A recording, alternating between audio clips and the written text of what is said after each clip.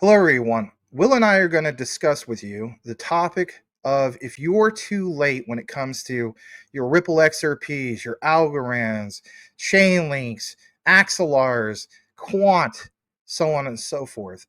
For me and Will, the answer is no. Why? It's because getting to these big evaluations. In this outline, Will and I are going to discuss and show you with research about the big shebang, what this is all really connected to. And let's face it, talk about the big money. Is it billions? Well, we think it is trillions. Smash that like if you haven't done so already. Consider sticking to the end of this outline. There'll be chapters, but wherever the case be, we want you to understand the bigger picture. Sometimes people lose eyes on that prize. So before we get into it, we have a quick video that benefits both channels. It's the decent one. Believe it or not, you have to go through platforms like us to get that significant discount. So without further ado, here we go. If managing your crypto feels like solving a puzzle, it's time to switch to Decent Wallet. So just a few taps, you can manage, track, and secure your crypto with unmatched ease. And here's the best part. Grab your Decent wallet at a discounted price by using the referral link below. Don't miss out on making your crypto experience smoother and more secure. All right, welcome back. Let's jump into the material, Will. So Will and I reference Smoke. We're going to reference Tokenizer, but Will had a key finding when it came to Smoke, and we'll just introduce this real quick to you guys. Let's go ahead and full screen this. Smoke says, read this and understand why you are not late. What is he referring to? This is highlight. Enter crypto. It says it's the next leg of technology working to help decentralize and distribute networking and the control and ownership of those networks. Citing Moore's Law. Talks about edge computing. Crypto helps to solve the biggest bottleneck on the internet. I know Jasmy's not referenced here, but Jasmy stands out when it comes to edge computing. But look what it also mentions. Crypto is nibbling away at centralized networks faster than 99% of the world in which they understand it. Banks, for example, are already biting their nails about how much decentralized finance could eat away at their bottom line in the next couple of years. If you look at the adoption rate of crypto around the world, it is way faster than the growth of the internet in its early days. That said, if you think you're late to the game, you'll be happy to learn you were wrong. This is why there's so much emphasis, Will, on the whole topic of what, sir? Entering into Web3. Your thoughts? Man, I'm just glad we're not late. Of course, I feel like, we were early in the purchase of a lot of these ISO coins taking over finance. But I agree with what Smoke's saying there. And I didn't know that they were running into data problems with the banks and how being a decentralized is going to be, much better. I guess for the fact of all the nodes and computers that are running all of the networks and storing all of the information, it's spread out everywhere. But it'll be interesting to see. Now I know what's coming next, so we'll get into some more of this material that's pretty exciting.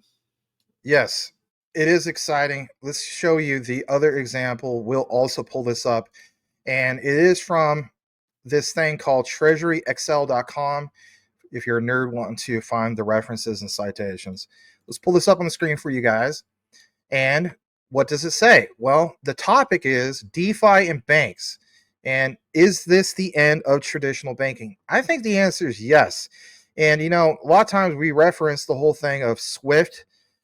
XRP has been referenced. Ripple XRP is going to replace Swift. Even Jed McCaleb years ago has referenced that. And I think Stellar is obviously a big player, part of the mix as well. But back in this article, it talks about unregulated DeFi market has experienced remarkable growth, at least back in 2021, but even more so now. Talks about the whole thing of removing the shortcomings of traditional financial ecosystem. Well, what about the traditional financial ecosystem bridging, literally bridging to these new technologies, distributed ledger technologies, blockchain, so on and so forth. So DeFi and banks, is this the end? Well, again, might not necessarily be but it's incorporating the new technology and getting on board with that, like Gilbert Verdi mentioned. If you don't, you're going to get left behind. Now, look what it says here. How can you adapt to a new DeFi environment? What would a new financial system or ecosystem look like? Now, when we get further into this, it talks about the shortcomings of a financial market, but here is some of your key highlights. A financial system that is not transparent would basically cause problems. Well, we see the shift of being transparent, getting onto new technology, to say the least. Actually, above this talks about cross-border money transfer through financial institutions may be a long process with possible delays. Right. If anything, settling 5 to 7 days. How many times, Will, do we see examples in the past of some of the key Ripple investors frustrated that they have to use traditional fiat, settle in 5 to 7 business days for something that's supposed to settle in 3 to 5 seconds? And how about this also when we get further into it? Understanding that, you know, would there be a safer road? But look at what it says here. Regulated institutions that trade and store crypto assets on their behalf of traditional rails, what kind of benefit would they see? It says these platforms create a bank-like environment meant to give crypto beginners a sense of security. Well, what about regulations, not just giving retail a sense of security, but even giving the bankers and the big institutions just that, a sense of security, because we finally have that clarity. Jumping back to you, sir, your thoughts moving forward here in 2025. Yeah, I think regulation is going to play a real big part in this. DeFi staking and earning yields with crypto needs to have some kind of a regulation around it. There has been some rug pulls happen with people in DeFi, and people lose money. That's not something. Now, some people try to compare it to the bank and act, and the lie is like the banks never lose your money or don't have a system of how you could lose your money, but that's not true because a bank can get in trouble. And the Frank Dodd's law that was passed back, I believe, in 2009, has where you involuntarily get to release your funds to the bank for them to save their own butt, and while yours fries. And we know the FDIC doesn't have enough money to back it out, and to help everybody. But if regulations brought to the DeFi, I see banks like we're talking about here getting replaced, or at least having to enhance their own jobs and duties. If banks don't get into crypto custody, they could lose all of their business because it's all going to go to digital anyway. And there's another factor that's interesting too. Banks are used to getting their money from the treasury. So they get it at a good interest rate, then they jack that interest rate, and that's what you pay, and they make the difference. Well, when the dollar's used in that way, the banks are making all of the profit. But when you move to DeFi, which is probably going to use RLUSD, because I don't believe a CBDC currency will be used because we've got a bad reputation of using the SWIFT system to seize money. Now, think of this: the SWIFT system, you could seize the money only when it was in the SWIFT system. But if we had a CBDC that was the dollar, we could stop that dollar in everyone's tracks in the entire country. In other words, it'd be a digital dollar, and you would have Edna uh, Grova switch sitting in her house, and her dollar would be turned off by the U.S. government if it was a CBDC. So it wouldn't have to be money that was just in the SWIFT. It would be the money all over the world. Well, that would just shut down the use of the dollar. Now, I believe Trump is smart enough to know that that's a bad idea since we already got a bad reputation of seizing money. So he met with Brad Garlinghouse, and they ate and had dinner, and I'm sure they talked about RLUSD backed by a treasury, which is a US dollar. Now, what I was getting to was, but the use of RLUSD, unlike the normal treasury dollar, that new digital dollar will benefit the citizens. Why? Well, because some of the XRP is getting burned. So there's a deflationary idea going on with the amount of XRP that exists, which causes an inflationary reaction on the price of XRP. So really, we get to benefit in that way. And the other thing is there's no middleman between us and staking. So we would make all of the money. The bank wouldn't be clipping us unless the banks get in here somehow and they try to shape regulations, to just change things up on us. But for right now, we're going to have a president that likes the freedom. So RLUSD is going to be the way, and I see that DeFi is probably going to be how we're banking, and we're going to be making the full percentages off of our money rather than the banks clipping us for a little bit. Great perspective. Thank you again, sir. We're going to jump into this before we wrap things up. And that basically is this: somebody at some point is going to point out what is referred to as over collateralization.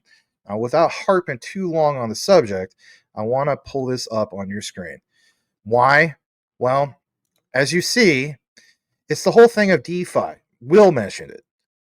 I want to give an honorable mention to Clearpool. They stand out when it comes to lending and borrowing, but this sector is definitely rapidly growing. The lender and the borrower come together on a DeFi lending platform and execute, of course, smart contracts. Well, what about the ones that have bridges to many other platforms? Your Polygons, for example, your Optimisms, your Manals, your you name it. This is, of course, where we're going to show you a little bit later, like things like, for example, Axelar. So by using DeFi lending protocols, crypto holdings can be used to obtain a loan. Again, what about a better solution using distributed ledger technologies compared to the old traditional rail? So most DeFi lending protocols do not allow for traditional credit checks on potential buyers or borrowers, but traditional finance loans in DeFi, however, are commonly secured by over collateralizations. Now listen to this. The absence of a credit approval process, posting collateral is typically essential to mitigate credit and fraud risk. The borrower gives his crypto as collateral and obtains a loan from the platform, while the lender gives his fiat money to the platform to earn some interest. Borrowers leverage, their trading by holding an existing asset in the vault and use the borrowed asset to trade or compose more complex lending, borrowing, and staking activities with the same collateral base. So, Will, I just want to state this to you real quick, and that is, when we see some of this talk, I also think of, yeah, again, tokenizing this, taking what the traditional players did for decades and then giving the small guy, right, you, me, and so on, the opportunity to obviously not just make a yield, but let's face it, depending on how much you put in, maybe create wealth moving forward. For at least since last bull market, I saw it back in 2021, the whole threat was stable coins. That was a threat to the traditional banking sector. Then we got what's referred to as stable coin, quote unquote, a little bit of that clarity. So there was that stage. And now going into this next cycle, some people call it this, the real altcoin bull run. Is it? That's up to debate. But again, 2025 is that shift. So think about it. RLUSD, you have Ripple stablecoin. That probably is the digital dollar. Let's just be honest, US digital dollar. And moving forward, back to this reference of the traditional players having to get on board, or let's face it, get off the pot. So your thoughts in regards to what you actually found here moving forward, sir? Well, I just had a conclusion while you were speaking that I'm like, holy crap! I didn't even think about this. This right here is another aspect of why there can be a $10,000 XRP. So listen to this. I hadn't thought this very well out. This just occurred to me that there are coins, the domiciled, that Trump's going to, for all domiciled coins, we're not going to have capital gains tax. And as you know, when you take a tax away, you start drawing money to that territory. And this is not a complete list, but here's a list of some popular coins that are domiciled in the U.S. that your gains will not have capital gains tax. And there's a huge benefit that's going to happen to the crypto industry because of what I'm about to say. But let me mention these companies: Algorand, Avalanche, Bitcoin, Cardano, Chainlink, CeeLo, Ethereum, Filecoin, Hedera, Near Protocol, Polkadot, Ripple, Stellar, Tezos, The Graph, VeChain, Zcash. That's not an exhaustive list, but listen what's going to happen, Max. Um, when you put a non-tax benefit capital gains tax on this sector of the industry, what do you think big money is going to do that's all over in stock markets and bonds and everything? Come on, man. You're in bonds. You're in bonds, and you're going to get 6% for your bond or 8% for your treasury bond, but you're going to pay capital gains tax of 20%. Now, you can move that money to DeFi or into crypto of any of those US based coins and not pay capital gains tax. What's going to happen? What's going to happen in the financial world where there's a tax capital gains tax free sector? It's going to draw so much money. We're going to have an explosion in crypto. What do you think about that? I think it's going to incentivize everything to, pour more money into these technologies, which will cause various different companies that are behind these technologies to soar. And back to what Will was talking about with the whole thing of taking away capital gains tax. This was 3 days ago. Pull this up literally as he was speaking. This is good, and then we'll conclude this here shortly. I want to pull this up for you guys just as a reference because we're talking about Trump. Will he deliver on his promise? Well, look what it says. Altcoin Buzz posted this 3 days ago. If Trump makes good on his promise, you will have instant increase in value for every U.S.-based crypto project from Coinbase to Uniswap. And thanks to the SEC case winding down, hopefully XRP benefits more than most. As a crypto investor, what are you most looking forward to seeing the Trump administration do? This tax policy, clear regulations, Bitcoin reserve, right? Let us know. But here's a highlight. Remember how the other day, Will, we talked about Japan? Well, SBI Holdings, as we know, one of Japan's biggest financial service companies, they currently own 8% of Ripple Labs. They are huge XRP backers for cross-border transactions. And like it says, SBI's 8% stake in Ripple has estimated value right now of 1.6 trillion yen, almost $10.2 billion. That's more than 30% of the entire market value at SBI. So we could get more into this. You guys can choose to do so, but I want to show you some other key things. We did mention Microsoft, I believe, or we're going to talk about it. So the big conglomerates, everybody. Shout out to Tokenizer. Again, we're going to wrap this up here shortly. Right. We don't need to give Microsoft an introduction. Everybody knows who they are by now, unless you've been living under a rock your whole life. But here's the thing. I want people to understand it's all these ones that are part of, the Fortune 500s and, the governments and so on. Hedera, we've seen Microsoft involved with Project Newdon. It's a CBDC project specifically that focuses on financial inclusion. CBDC is leveraging MTech built on Hedera. Look at this, ex-New York Federal Reserve members on the board. Again, understanding that it's the old traditional players that were against it, now part of it, whether it's Wall Street and so on. How about Ripple? Bill and Melinda Gates Foundation, leveraging Mojo Loop for inter-ledger interoperability for payments. What about Quant? I've done at least 3 outlines on Quant in regards to Microsoft. ISO TC307 Quant Network Standard for blockchain DLT has grown to a truly global scale. Mentions that the country of Canada and the European Union can be attributed to the respective Microsoft standards officers in that region, promoting just that, the Quant Network Standard, ISO TC307. I don't want to harp on Aptos, nothing against it, but I want to jump down to this because they're ISO coin. Algorand mentioned in some approved patents by who? Microsoft. That's big. Axelar, selected by Microsoft for DLT and AI developments. Axelar being used to bridge Microsoft Azure Open AI services. By the way, Jasmine's got a thing with Azure as well. So there's that. How about this? Going down, honorable mention of Chainlink. Central Bank of Brazil selected Chainlink in addition to Microsoft and Banco Inter to develop the next stages of DREX CBDC pilot for supply chain. And again, constant references to Microsoft, even render. You know, we don't normally cover render, but I want to show you this ecosystem real quick before, again, we wrap it up. Let's start off real quick, again, with Ripple. You see how, you know, like Microsoft connects to that clearly. And then all these visuals, literally what we just mentioned. So they are definitely there. Ripple's part of it all. Some of these other key ISOs are part of it.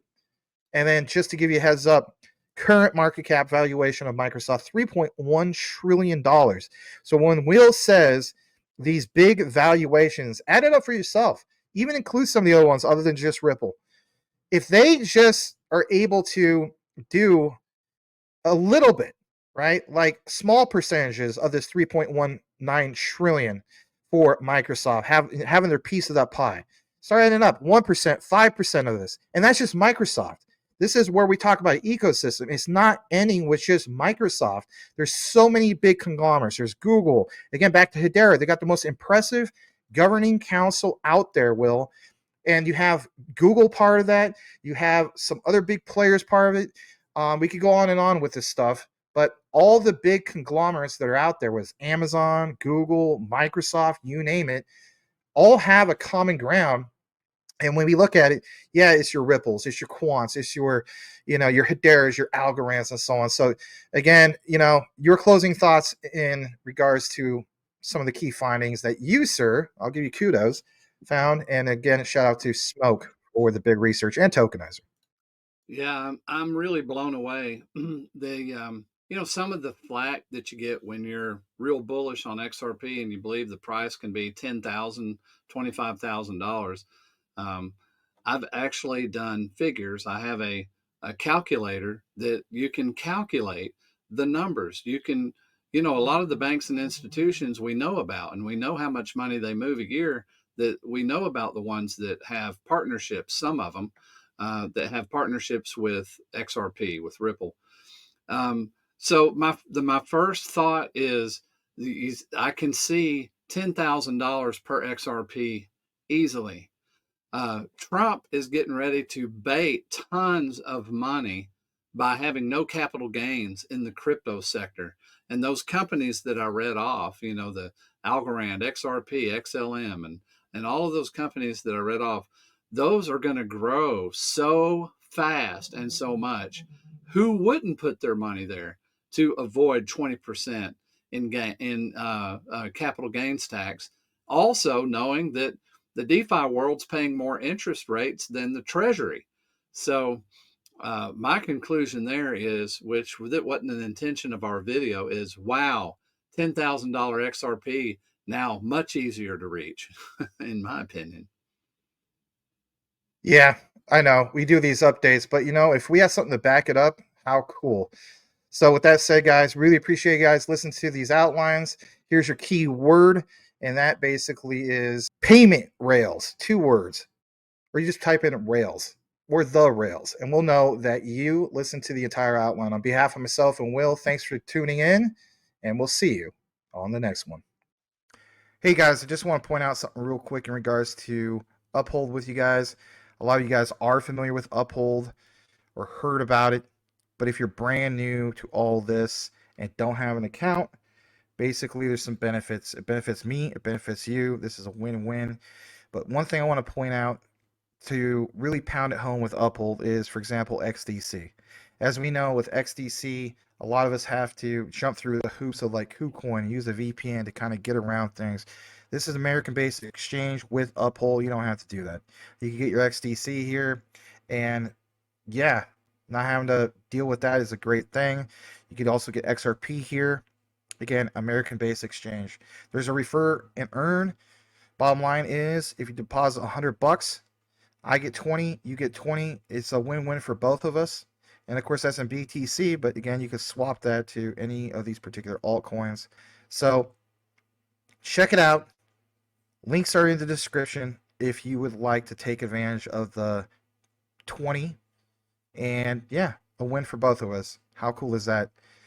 Links in the description, both on the live and on the recorded. Thanks, guys. Over and out.